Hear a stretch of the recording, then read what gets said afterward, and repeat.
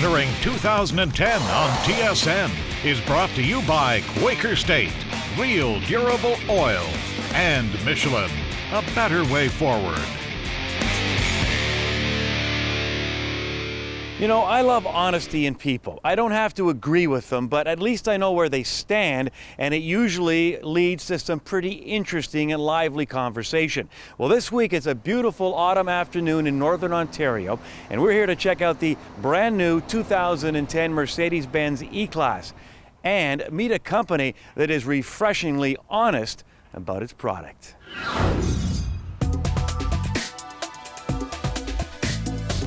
It's the big volume car. E-Class is the car that is really the symbol of Mercedes around the world. It's the mainstream mid-size sedan, and it's got a long history, 60-year history, 9 generations. So when people think of Mercedes, they don't think of C-Class, they think of E-Class.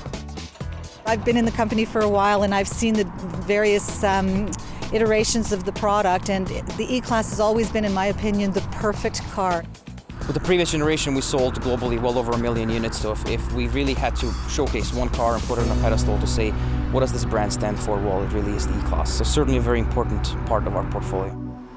Generally speaking, we want to become more competitive. So with the 2010 E-Class, we've decided to appeal to the younger demographic, to appeal to a more sporty-oriented driver. So yeah, I mean, between BMW 5 Series and the Audi A6, yeah, those are definitely our two main competitors. I think when Mercedes talks about competition, they're missing the boat if they're only thinking about the 5 Series. There's plenty of other very, very capable vehicles out there, including a vehicle like the Hyundai Genesis, which sells for, $15,000 less for a V8 version. If the Germans think that they're duking it out just against each other, they're making a gigantic mistake. When Mercedes-Benz introduced the new C-Class a couple of years ago, it made a point of saying it was going after a younger demographic. And with that in mind, it removed the legendary Mercedes-Benz star from the hood of the car. Well, now we've got the brand new 9th generation E-Class, and do you notice something? E-Class and S-Class are really the only two cars that will retain with the star on the hood, probably for the rest of their model lineup in the near future. The reason why, a tradition. That's why people buy an E-Class. I mean, it is certainly a status symbol for a certain segment of the marketplace, and it's a status symbol for probably a more conservative, a more middle-of-the-road, up-and-coming business person or entrepreneur. Powertrain has remained the same. The well-tested and tried E350 has the 3.5-liter V6, E550 5.5-liter V8, so the engines have remained the same. However, the big change with the 2010 E-Class is the integration of the 4th generation 4MATIC system, which is significantly lighter, certainly has a lower fuel consumption penalty than the outgoing system, and the best of all now can be mated to the G-tronic 7-speed automatic transmission. You know the old saying, you're damned if you do and you're damned if you don't? Well, Mercedes did not raise the price on this 2010 E-Class. In fact, they dropped the price almost $12,000. But that didn't stop some automotive journalists from giving some of the executives grief over this with questions like, well, what if you bought an E-Class last year or the year before and you paid more money for it? Yeah, and the point of the question is, what I want to know is why the big drop?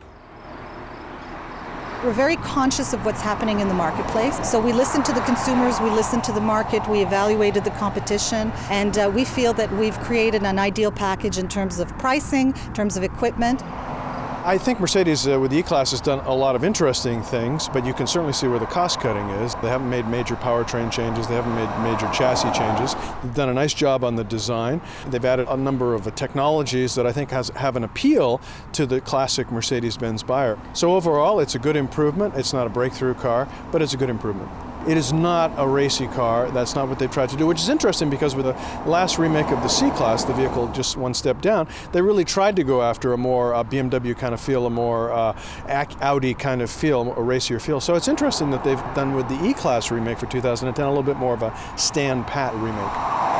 Okay, so the E-Class is important to the company. I'd be surprised if it wasn't, but I mentioned honesty. Now, of course, Mercedes-Benz builds good cars, but this company is not kidding itself. It's honest when it says that when people buy their cars, they're doing it for one reason: social status. This is why it has a star on top of the hood. This is why it has certain luxurious touches that are really, that show that people can get out of the car get into the parking lot of their work or in an airport, picking up a colleague and really sort of stand proudly and say, yep, this is me. My way to show that I have been successful in my life and now I can achieve something like an E-Class. Realistically, if you buy any car today, it's going to last you 10 years without any real trouble. So if you're buying a $50,000 or a $60,000 or a $70,000 car now, it's a lot about the emotion. They're absolutely right to do that, and they should be pushing that button as hard as they can and as frequently as they can. What rhymes with orange? It's not yellow. More later on Kenzie's Corner.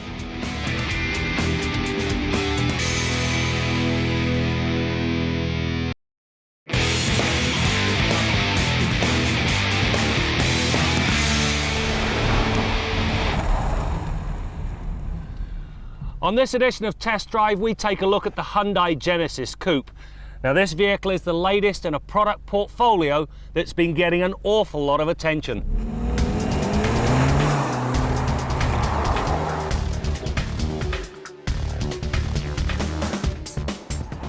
Hyundai's rise through the automotive ranks has been rapid, to say the least. It has shot from non-entity to fifth largest in the world in what seems like the blink of an eye. Likewise, in a depressed market, it is one of the few car companies that has managed to grow its business. Success like this comes from one thing: product. The latest expression is the Genesis range. The big sedan debuted to rave reviews. Now there's the Coupe, a car that's based on the same rear-drive platform. The interior of this Genesis Coupe has been well thought through for the most part. To begin with, these seats are superb and the shoulder support in the top half is very much appreciated. And if you go with a premium edition, you also get a very good Infinity sound system. There are, however, some nits to pick. To begin with, the crash pad is this nice soft touch plastic. Everything else, well, it's rather hard. There's also only tilt steering, there's no telescopic adjustment, and finally, if you want navigation, well, it'll cost you $1,500, which is affordable by today's standards. However, there is a catch. You must buy the V6 version. That bumps the price from the mid-20s to the mid-30s. The base engine features variable valve timing on both the intake and exhaust cams, along with an intercooled turbocharger.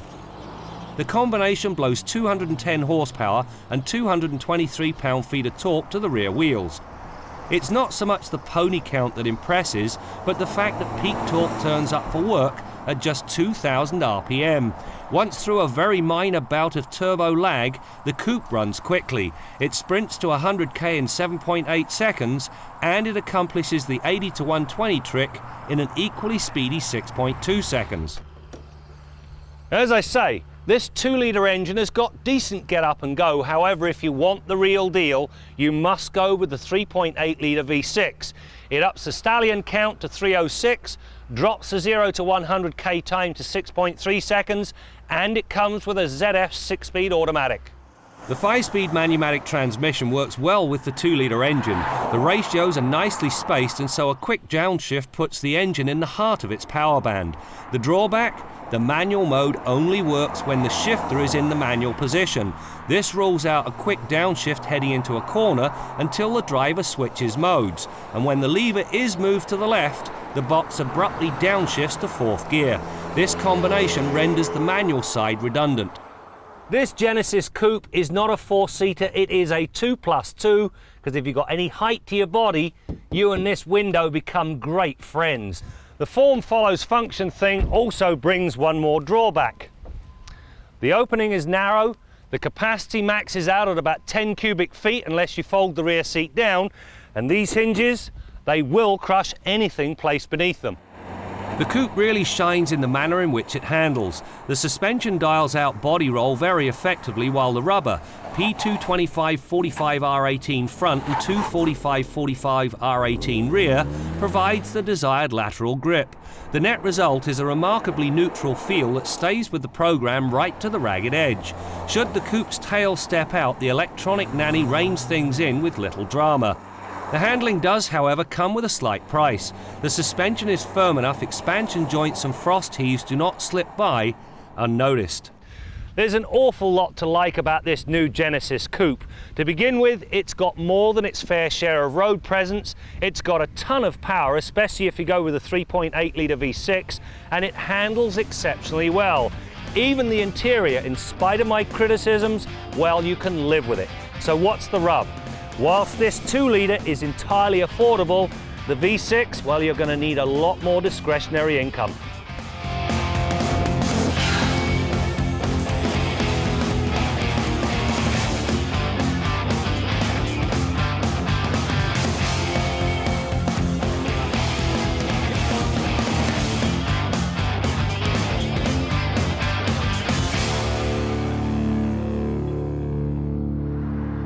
A few weeks ago on Test Drive, Graham featured the 365 horsepower 2010 Ford Taurus SHO. For many of us on Motoring, it was a trip down memory lane, a trip that took us back to 1989 when Graham got behind the wheel of the first generation SHO, a car they were actually calling revolutionary in the high-performance sedan segment. This week on Test Drive, we're looking at a truly unique vehicle. You start with a North American platform, you add a V6 engine built by Yamaha, and you end up with a 1989 Taurus SHO. Now, SHO stands for super high output, and this engine gives you more power than you know what to do with. Now we've lined this missile up on the launch pad, we're going to see how quick it'll turn in the 100 kilometers. All right, brace yourselves.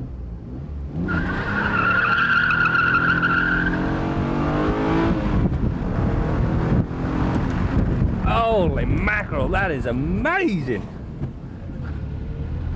6.8 seconds. That is just unreal. It's very much like playing poker, you know. If you don't have the right cards, you can't play. Right now, they're beginning to get the right cards in their hand. They've got power, they've got performance, they've got a good all-wheel drive system. They're known as being a tech-savvy company. One thing they didn't have was the look to say tech-savvy. This is going down that road, but when it first came out, I absolutely hated it. Well, I think they can alienate people, and they say themselves that they think it's polarizing, and I guess if like half the people love it and half the people don't, then it's probably okay. And if everyone likes something, then it's probably kind of bland. So if you can just get that group of people who like it to go and buy it, then your battle is pretty much won.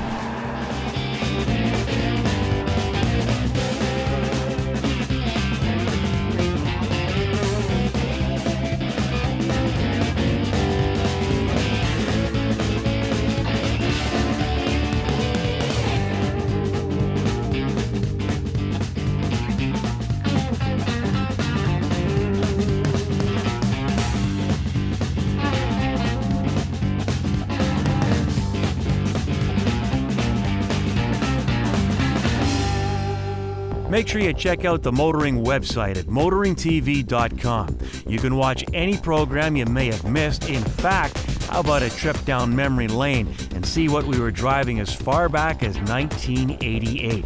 Check out our blog, our photo gallery, and much more. It's all there at motoringtv.com.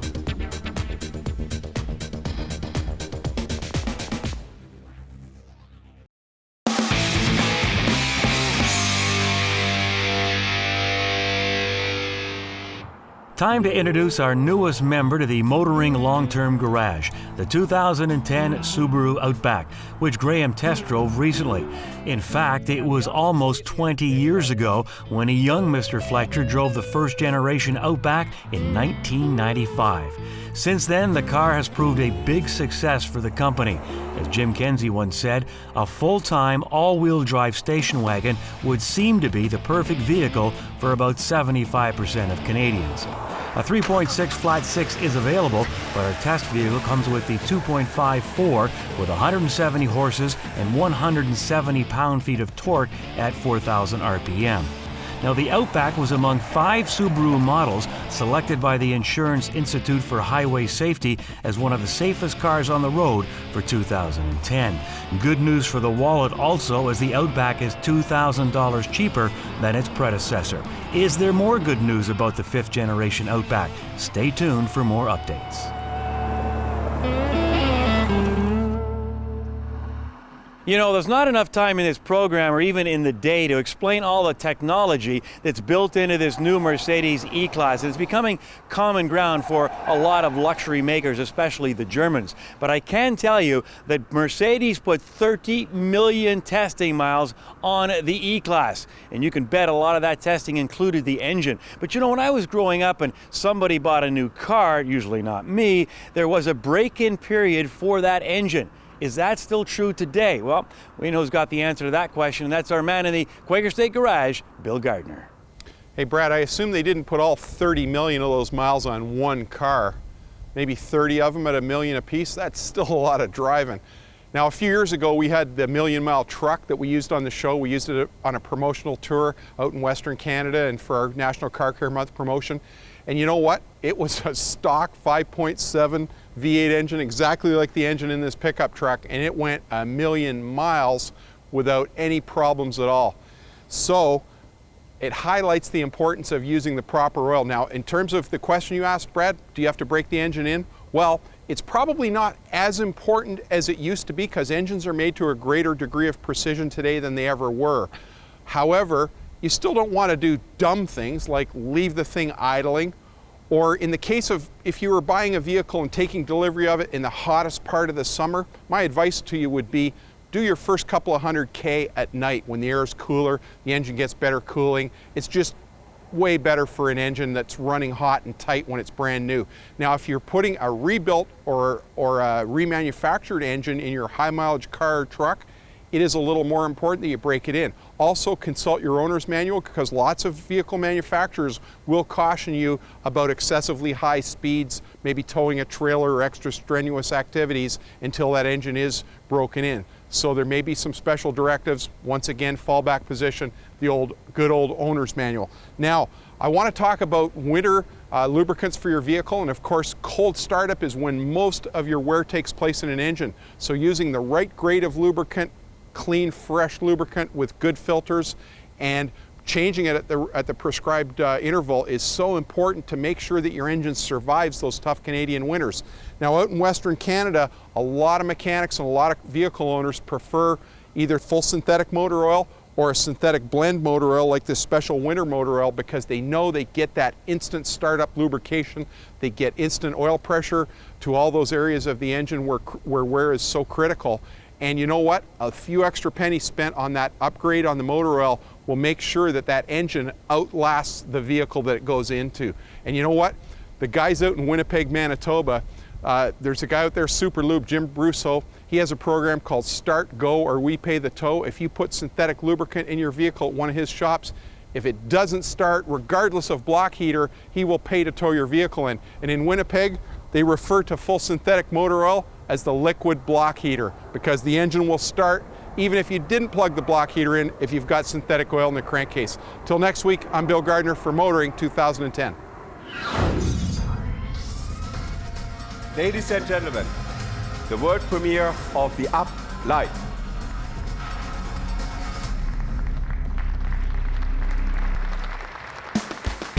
The driveline concept that combines a TDI engine, electric motor and 7-speed dual clutch transmission, as well as excellent aerodynamics, it reduces CO2 emissions to a sensational 65 grams per kilometer. Our 70 miles per gallon city and highway combined following the US label standard. This makes this 3-door concept car the most fuel-efficient 4-seater in the world, and in terms of overall CO2 balance, the most environmentally friendly vehicle.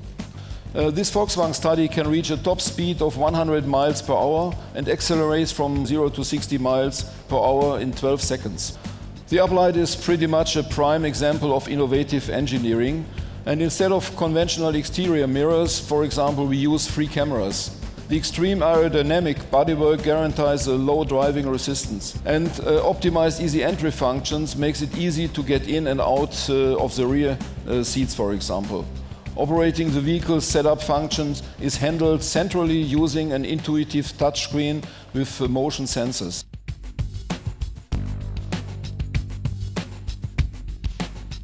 Closed captioning of Motoring 2010 is brought to you by the most fuel-efficient crossover on the highway, the all-new Chevy Equinox.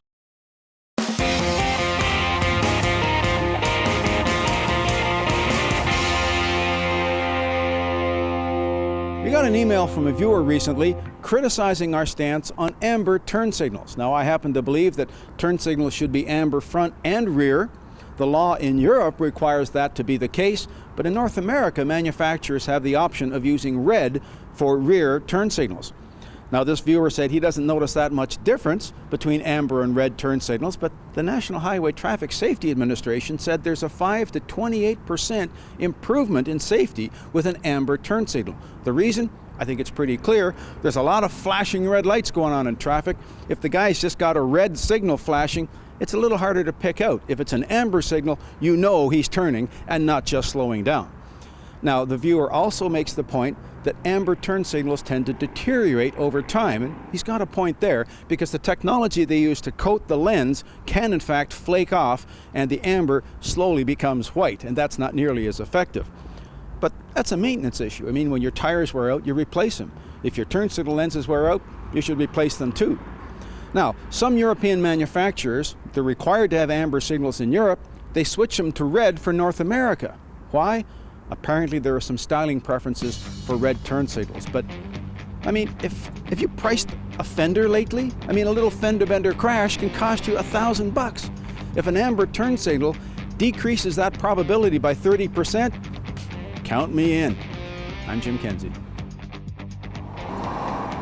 Few final thoughts on the 2010 E-Class. First of all, there's very little not to like. I mean, it's a lot cheaper than its predecessor, but that's where the cheapness ends. This is the kind of car you'd expect from Mercedes. Now, I know it's kind of skewed towards an older demographic, but believe me, get behind the wheel of the 550 with a V8, all the performance you're going to need. And looking into the future and the near future, Mercedes is going to come out with a BlueTech diesel version. Now, I know Mercedes has been toying around with their hybrids, but they still believe that clean diesel is the way to go, and I'm not going to argue with that. That's it for now. We'll see you next time out as we continue to bring you more stories about cars and the people who drive them.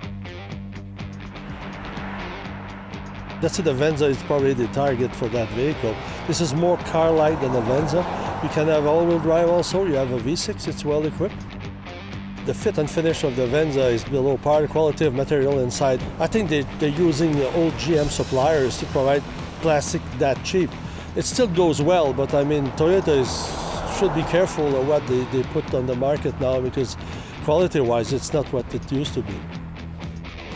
Motoring 2010 on TSN has been brought to you by Quaker State, Real Durable Oil, and Michelin, a better way forward.